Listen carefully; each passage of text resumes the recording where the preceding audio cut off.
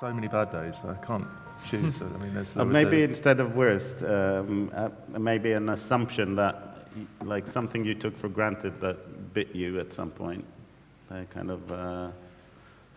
I don't know. I mean, there was the day when I was really super hungover. I can't remember what I was doing the night before. Like mega hungover, really, really tired. And then my business partner phoned me up. This is when we were making the phones, and we were just about to launch them as Pokia. We were in the kind of the last day of our trademark clearance application. So when you register a trademark, it goes through the IP. It goes through the trademark offices. They approve it. Then it goes out for advertising. They advertise it for 3 months to say, are there any contentious trademark infringements for anybody to contest? But then all their legal reps, they generally pick the last day to attack you, because if they see you as trying to kind of, there's a conflict there, they want to screw you up as much as possible, and in order to do so, they'll pick the last day of that period. So we got a letter from Nokia's representative saying, deceased, like cut it, and we had 10,000 handsets just about to be produced in China, with Pokia all over the handle. So it was literally like just trashed the lot basically, and so it was like, oh my god, this is a complete disaster. So we had to come up with a new name, which we did in a kind of shed in one of those Ryanair kind of sheds on the side of a regional airport in Germany one night when the flight was delayed by 5 hours. We got the new brand, which was Holger then.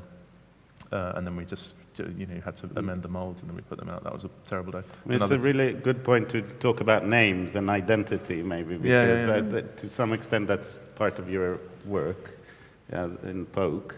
But, how did you actually kind of get to Plumen, and the kind of how important is kind of shaping the identity through the naming?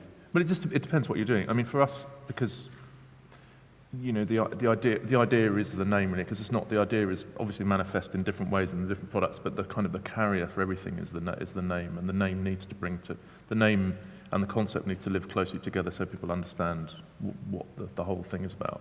So Plumen is it's pretty obvious, which is also good. It's just a mashup between plumes, so the decorative feathers, not like the functional feathers, because obviously we're about decoration and romance, not just function, and lumen, which is the unit of light. So it's just a kind of, and I just typed it into GoDaddy, and I was like, wow, I can't believe that's available. Grab that, and then all the IP stuff came behind. But I mean, for other projects, it's not important. But obviously, for Continental as a consumer product, it's really like, it's back to the value of the business is, sometimes businesses are valued on the P&L, but sometimes the brand is a really important thing. And for us, it's ultimately a kind of brand play, because if it's going to be working in 10 years, then the thing that will make it valuable isn't like one runaway success. It'll be the culmination of all of those things, and the fact that we kind of we stand for something. People have an expectation about quality and experience, and and that people are proud to associate with the products and stuff like that, and that's really the brand that does it.